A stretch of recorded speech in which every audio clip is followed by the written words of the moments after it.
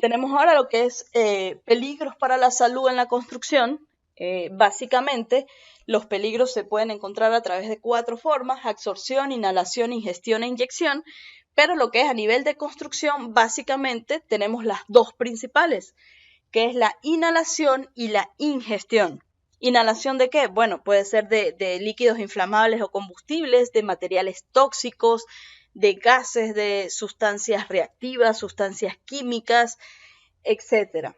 Y la ingestión, que también vamos a verlo un poquito más adelante, muchas veces los trabajadores se sientan a comer al lado de la obra con las manos llenas de polvo, pueden introducir en su organismo sílice, plomo, etcétera. Entonces, bueno, por eso también la ingestión es una de las vías más comunes. Y bueno, esto depende, me puede causar estrés por calor, estrés por frío, puedo tener mareos, desmayos, sudoración, pulso rápido, náuseas, vómitos, muchísimas cosas. Y enfermedades causadas por materiales peligrosos. No las voy a nombrar ahorita porque más adelante hay módulos específicos a estas enfermedades importantes.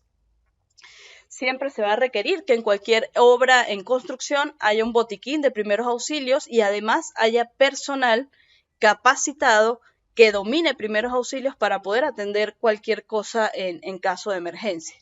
Además, todas estas materiales que nombré, los líquidos inflamables, tóxicos, sustancias químicas, etcétera, siempre tienen que estar etiquetadas.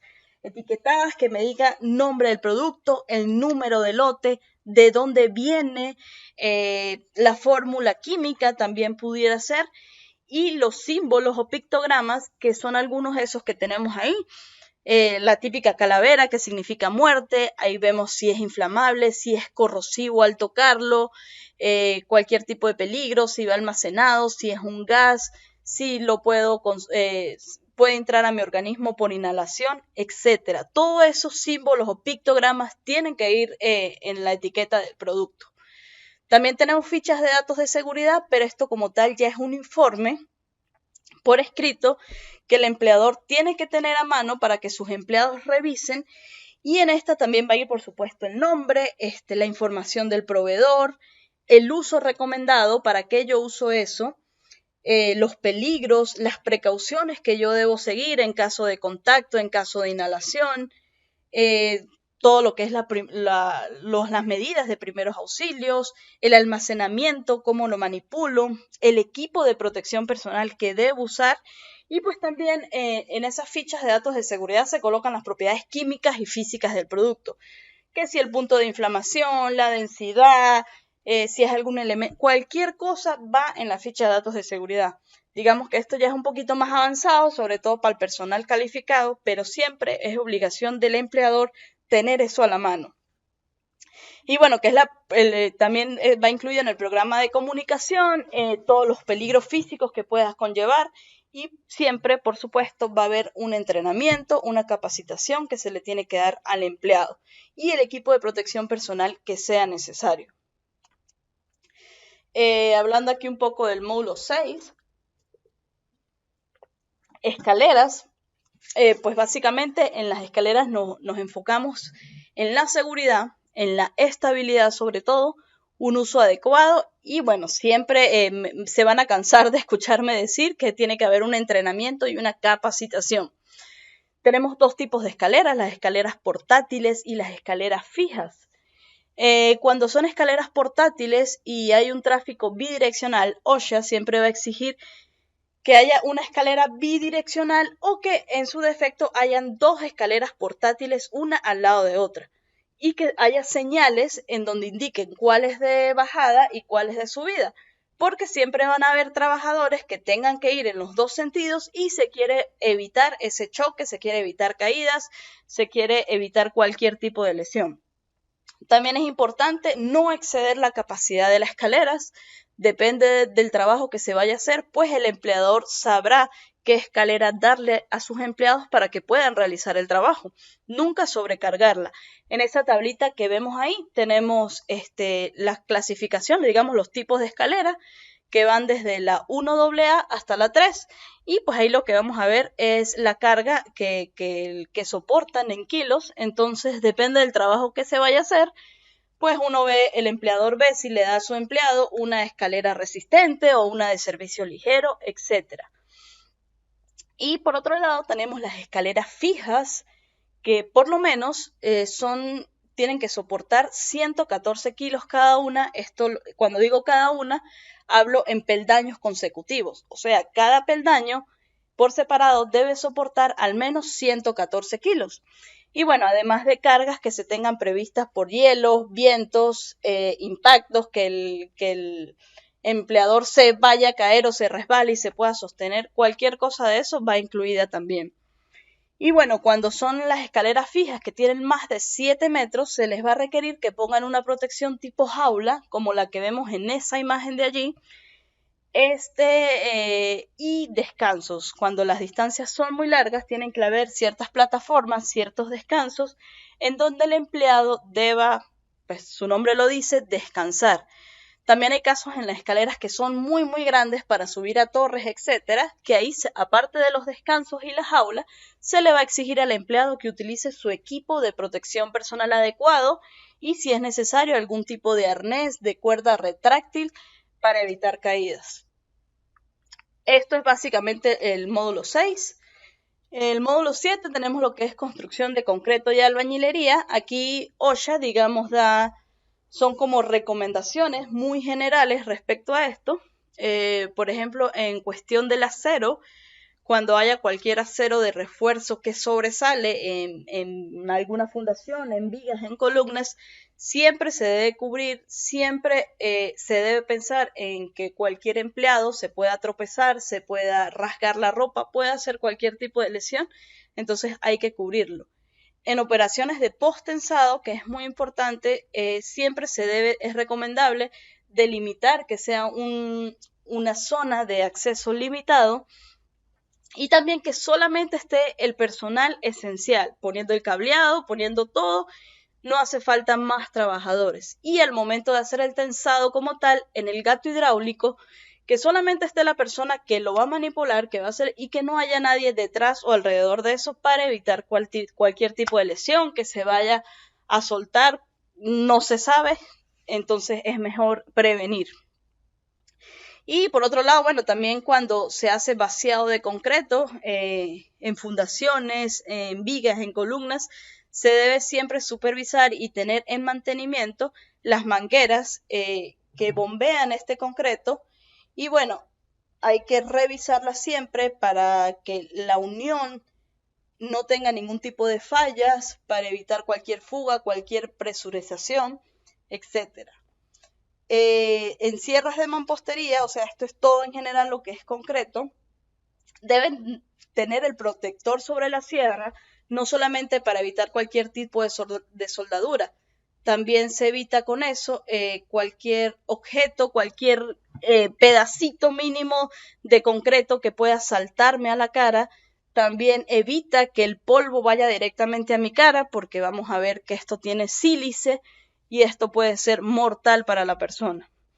En cuanto a encofrados, pues deben diseñarse, apoyarse, fabricarse, sujetarse, siempre de la manera más rígida posible, siempre calculando, por supuesto. Ya esto es, digamos, que a nivel de ingeniero, calcular todas las cargas. El encofrado se puede hacer de metal, se puede hacer de madera, y asegurar siempre que cubra o que soporte las cargas que se le va a poner del concreto.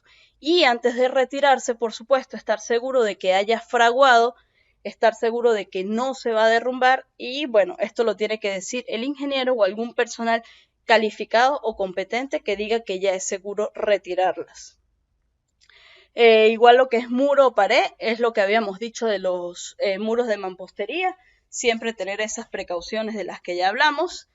Igual en lo que es el almacenamiento, en la apilación, siempre se tiene que estar debidamente apoyado para evitar el vuelco, para evitar que lastime a alguien. Por supuesto, el equipo de protección personal adecuado, cascos, lentes, botas de seguridad y todo lo que haga falta, que obviamente lo recomiende y lo diga el empleador.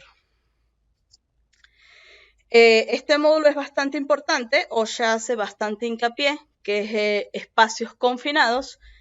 Digamos que un espacio confinado es un espacio pequeño, pero al mismo tiempo es lo suficientemente grande de tal manera de que una persona puede entrar, por lo menos una persona de cuerpo completo puede entrar, ya eso es un espacio confinado.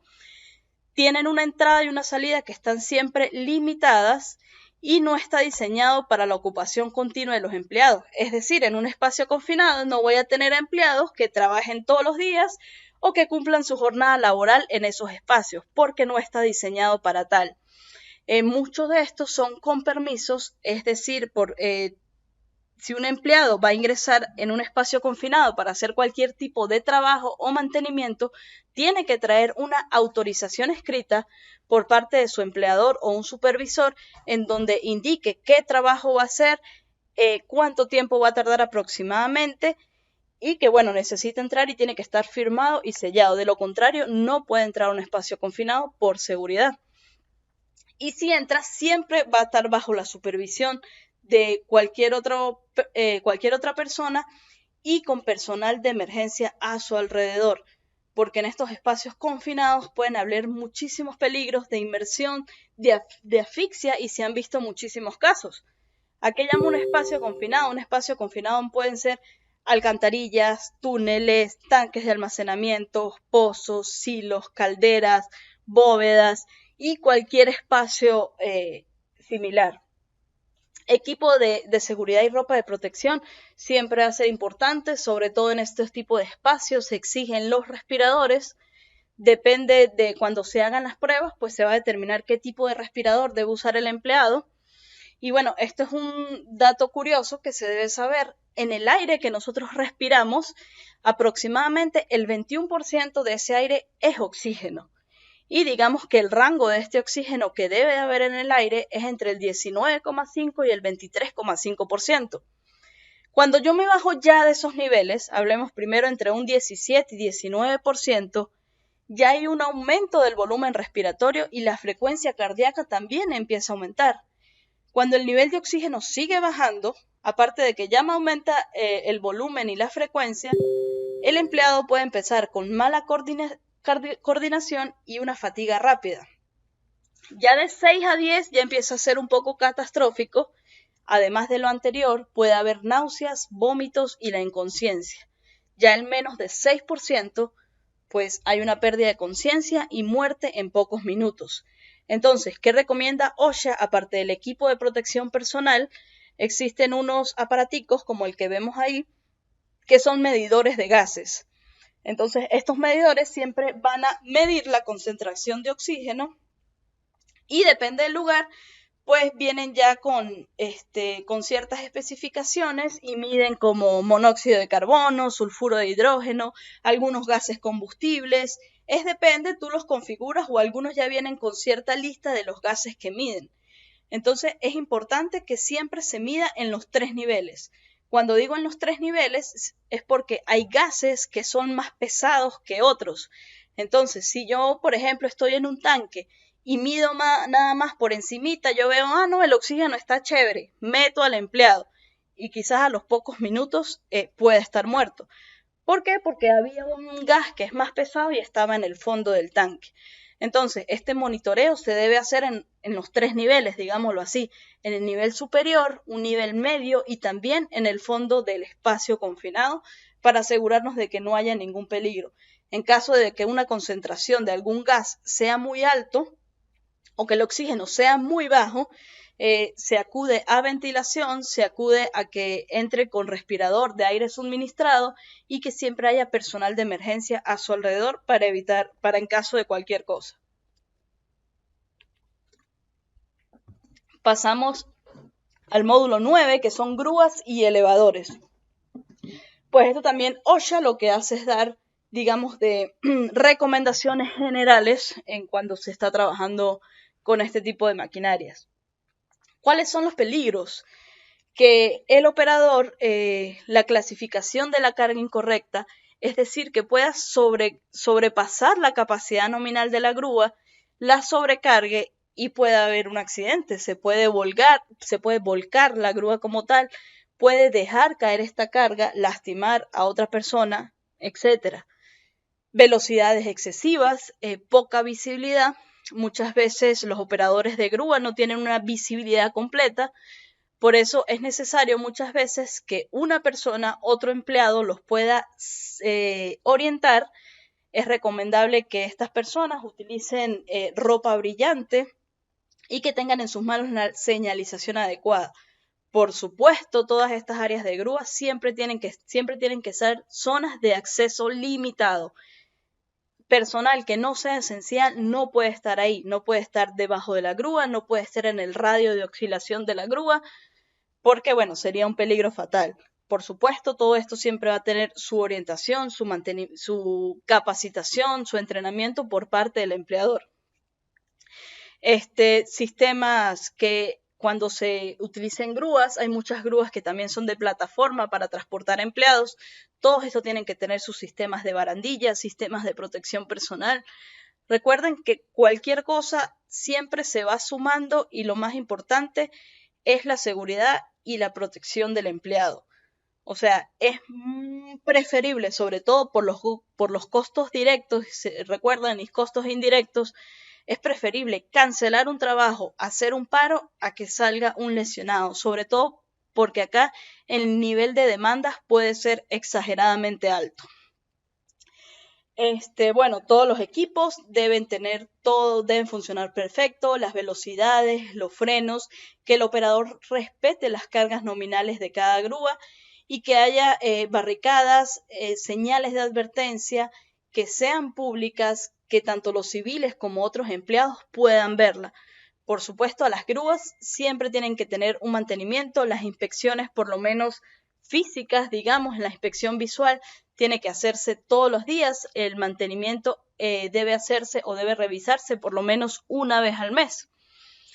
Y bueno, algunos de los peligros más grandes también son cuando las grúas se voltean, que pasa justamente porque superan las capacidades nominales, cargas caídas que estén sobre un suelo inestables y se puedan volcar, y el contacto con líneas eléctricas, que también es bastante común. Por supuesto, las personas que manejan las grúas tienen que ser operadores que estén entrenados, calificados, incluso se les pide que hagan algún examen y tengan una certificación que diga que pueden conducir ese tipo de maquinarias. Y bueno, las inspecciones que se le hacen regular, el aire, los fluidos, que los neumáticos estén bien, que las guayas, que las poleas, que las tuercas, que todo esté donde debe de estar. El módulo 10, profe, es lo que usted me estaba comentando hace rato, que es en cuanto a la ergonomía. Digamos que la ergonomía también es conocida como la ingeniería humana. ¿Y en qué consiste? Pues la idea es diseñar máquinas, productos, herramientas y cualquier cosa que tengan por objetivo minimizar, amortiguar o incluso eliminar cualquier exposición a alguna lesión o peligro que pueda estar sometido el empleado. ¿Qué son estos peligros? Los trastornos musculoesqueléticos, que bueno, como les había comentado, y ustedes lo saben, los obreros a nivel de construcción siempre están expuestos a tareas que son físicamente muy exigentes y por lo general son periodos prolongados, hablamos de por lo menos 8 horas diarias, y entonces esto puede ocasionar graves daños en los músculos, en los tendones, en los vasos sanguíneos, nervios, etc. Algunas de estas más comunes es la tensión muscular como tal o la fatiga, la tendinitis, la epicondilitis o codo de tenista, síndrome de túnel carpiano, otro síndrome de atrapamiento, que es el pinchado, cuando los trabajadores después de mucho sienten así como pinchazos, como espasmos de repente, lesión o alguna irritación por compresión, artritis y algunos otros trastornos. Esto me pueden dar por dos causas, factores ambientales o factores físicos. Los factores ambientales ya serían el estrés por calor, que lo habíamos nombrado, el estrés por frío, el ruido, por ejemplo, los empleados que les toca partir concreto y están todo el día con un martillo neumático, si no utilizan los tapones, las orejeras, el equipo de protección personal adecuado, a la larga pudieran sufrir de algún tipo de estos trastornos. Y la iluminación, por supuesto, también es súper importante porque esto me podría causar a la larga daños en la vista. De los factores físicos, como la profe estaba comentando hace rato, pues tenemos las posturas incómodas, el cómo levantar, por ejemplo, algún objeto pesado, esos esfuerzos que se tienen que hacer, las tareas o movimientos repetitivos que un trabajador esté todo el día, levanta, se agacha, se levanta, se agacha, se levanta, esté levantando cosas pesadas. Entonces, todo esto va poco a poco a producir algún trastorno musculoesquelético. Puntos de presión, que esté, por ejemplo, que tenga que estar todo el día arrodillado y ahí hay una presión constante, o que tenga que estar todo el día, digamos, haciendo flexión, teniendo los brazos extendidos o estirándose.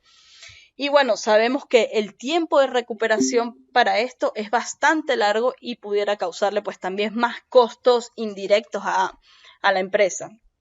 La vibración también puede causar un trastorno. Podemos tener el ejemplo otra vez del martillo neumático, que están todo el día ahí dándole. Hay equipos o ciertos amortiguadores que se le colocan a las manijas, a los asaderos de las herramientas y amortiguan un poco lo que es la vibración.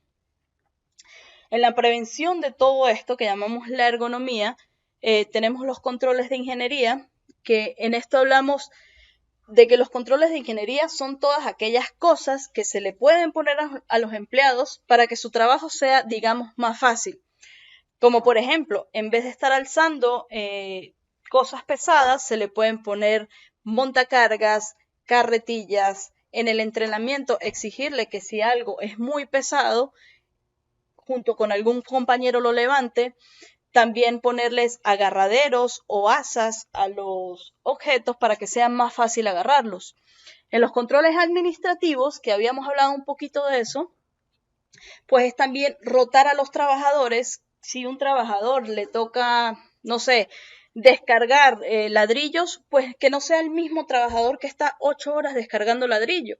Vamos a rotar a los empleados, que sus músculos no hagan el mismo movimiento tanto. También hablamos de pausas, descansos un poco más largos, depende también si hay mucho calor, pues que tengan, que descansen a la sombra, que se refresquen, que se estén hidratando, eso es bastante importante. Y bueno, el uso de equipo de protección siempre lo vamos a nombrar en cualquier área de la construcción. Los cascos, los guantes, las botas de seguridad. También se ha visto que les cae un objeto pesado en el pie, eso los puede lastimar, incluso puede causar fracturas. Entonces el calzado también es importante. Y el entrenamiento, por supuesto. En el entrenamiento, en la capacitación, se le va a dar al empleado todos, o sea, se le van a mostrar qué son los trastornos musculoesqueléticos, cómo me puedo conseguir cualquier trastorno de esto, cómo me debo agachar, cómo me debo parar, qué posición está prohibida, qué posición me puede afectar, etcétera. Pasamos a lo que es el módulo 11, que son las excavaciones. Y bueno, esta es considerada una de las operaciones más peligrosas en el campo de la construcción. Y esta es cualquier depresión, cualquier hoyo, cualquier cavidad hecha en la tierra por el hombre. Algunos de estos peligros de las excavaciones, sobre todo, provienen de los derrumbes. Y bueno, también en una excavación, depende de la profundidad, pudiéramos tener una asfixia por falta de oxígeno, fuego, de repente por alguna excavación, alguna retroexcavadora, pudiera interrumpir accidentalmente alguna línea de servicio público, de electricidad, de gas, y pudiera haber algún tipo de explosión, algún tipo de fuego. También colapso, simplemente el suelo puede colapsar, puede haber derrumbes, inhalación de materiales tóxicos, acumulación de agua y también estar pendiente de las estructuras adyacentes. Cuando hacemos excavaciones y tenemos cerca algún edificio, alguna estructura residencial cerca, depende del movimiento vibratorio de la excavación, pudiera tener daños a esa estructura. Entonces hay que tener cuidado también con eso.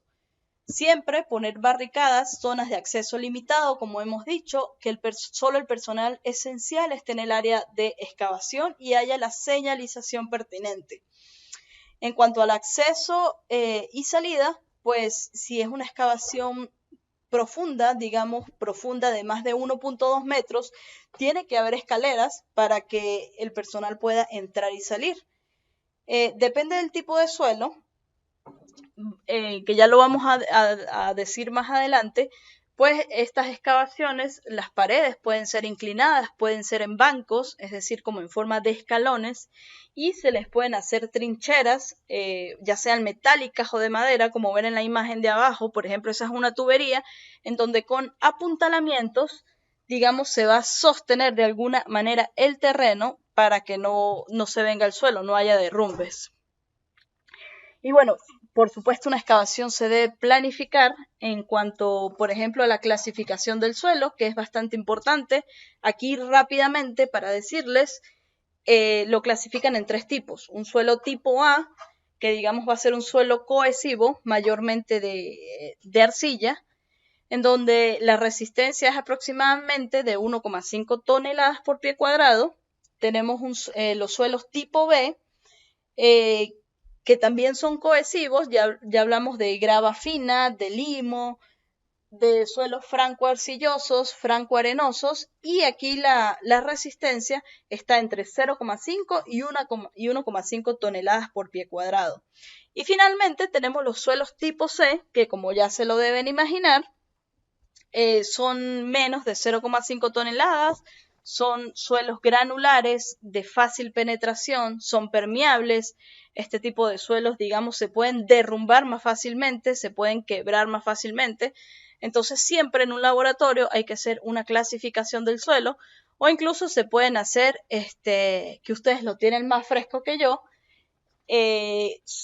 pruebas en el sitio, pruebas de plasticidad, pruebas de etcétera. La profundidad de corte, por supuesto, esto también va a variar, eso lo va a definir el ingeniero que esté a cargo, depende de lo que se vaya a hacer con la excavación. Hay que tener cuidado con el contenido de agua del suelo, si existe algún nivel freático por allí cerca. Los cambios debidos al clima también es bastante importante, si hay lluvia, si hay tormenta, si hay mucho viento que me pueda arrastrar escombros o causar derrumbes. Otras operaciones que se estén haciendo en las inmediaciones, las estructuras adyacentes también. Y por supuesto la disponibilidad de equipos de protección y siempre un personal de emergencia que esté cerca.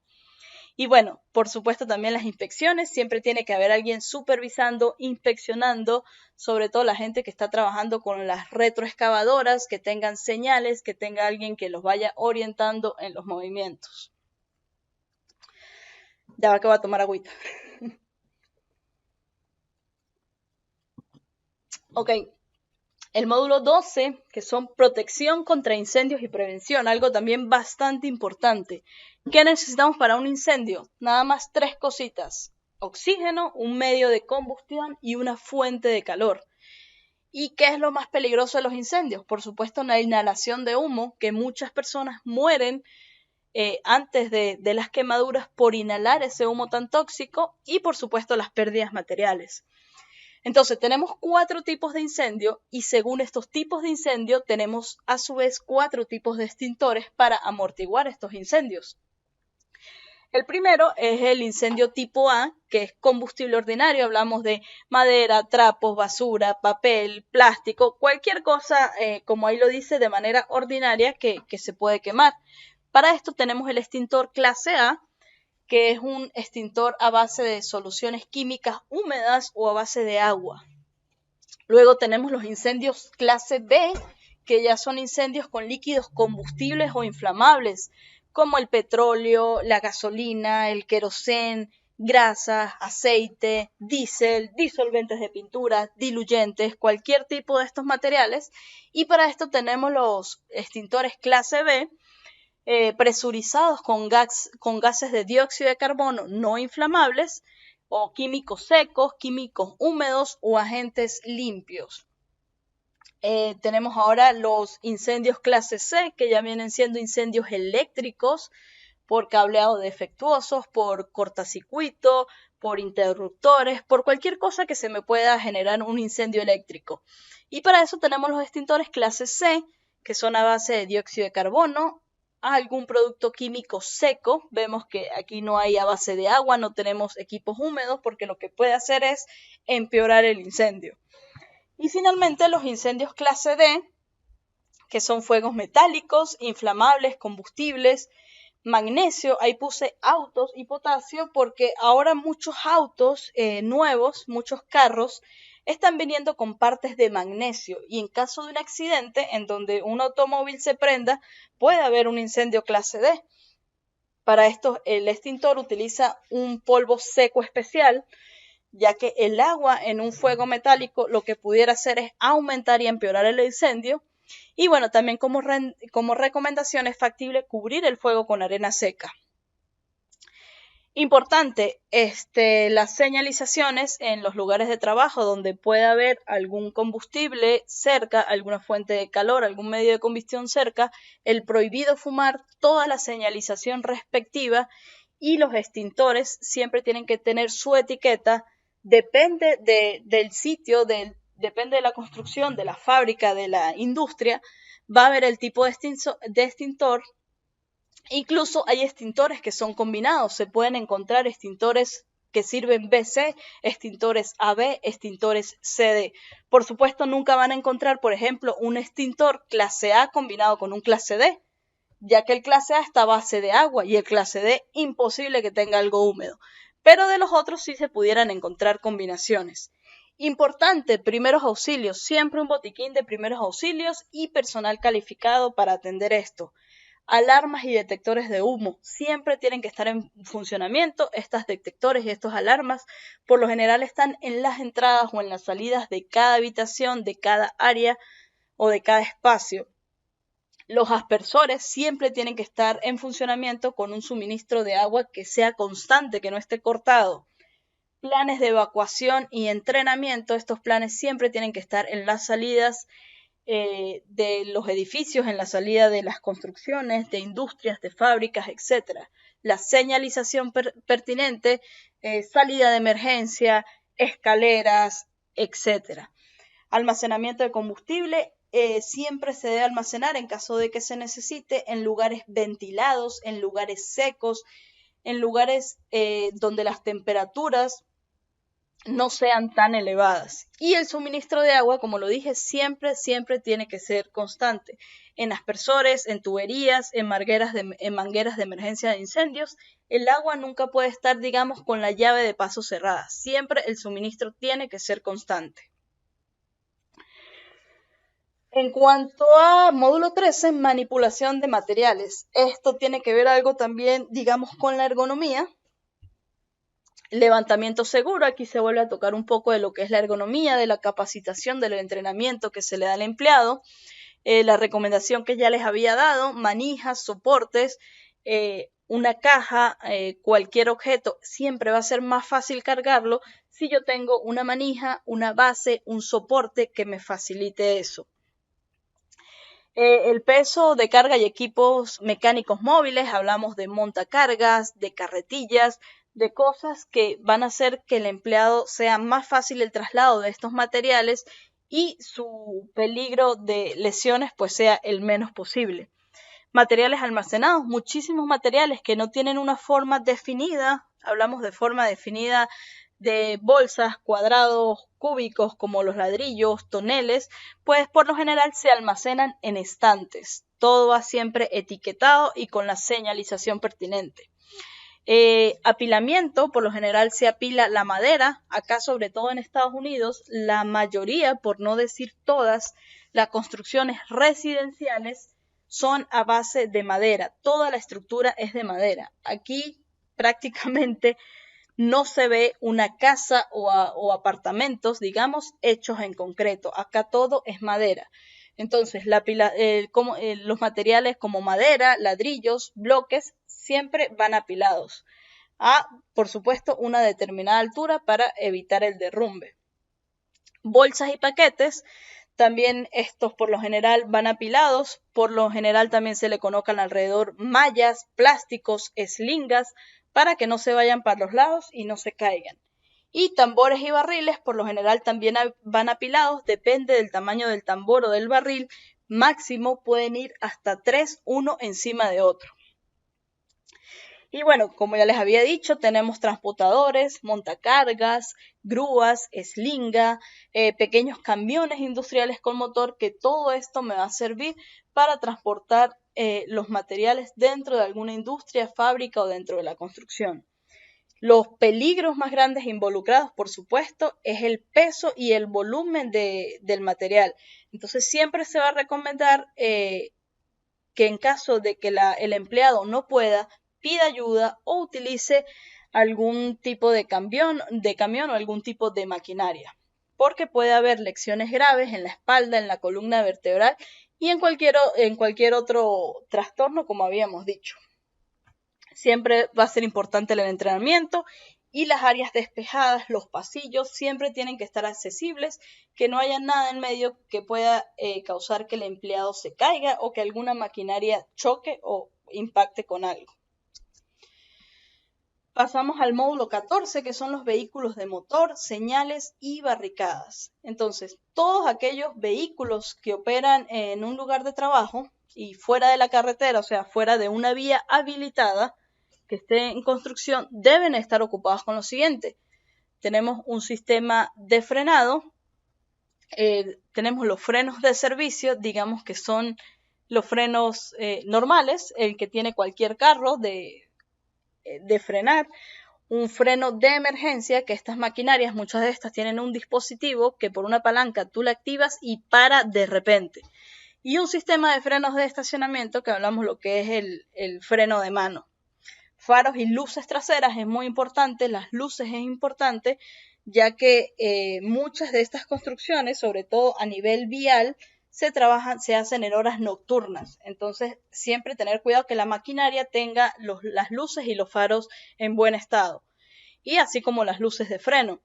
Los dispositivos de advertencia audibles son bastante importantes. Estas maquinarias, retroexcavadoras, grúas, tienen que estar equipadas con una alarma que al retroceder la alarma suene para avisar a cualquier empleado que esté atrás que la maquinaria va a retroceder y que es muy posible que el operador no tenga la visión clara en el retroceso, porque puede tener la parte trasera obstruida.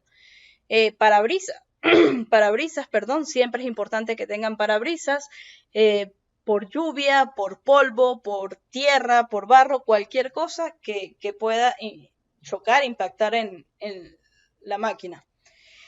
Protección contra vuelco, que es esa cabinita en donde van los empleados metidos, y por supuesto el cinturón de seguridad siempre se va a exigir que se use. La inspección de los vehículos, al igual que las grúas, se tienen que hacer visualmente como tal, pues todos los días y por lo menos una vez al mes chequearle lo que es cauchos, aceite, todo el sistema hidráulico, etcétera. Cuando se trabaja también con todos donde están involucrados los vehículos de motor, siempre señales de precaución, señales de salida, entrada y salida de estas maquinarias, instrucciones de seguridad, señales direccionales, contravía, por donde van, y por supuesto las barricadas, que hemos hablado también de eso, que son las zonas de acceso limitado.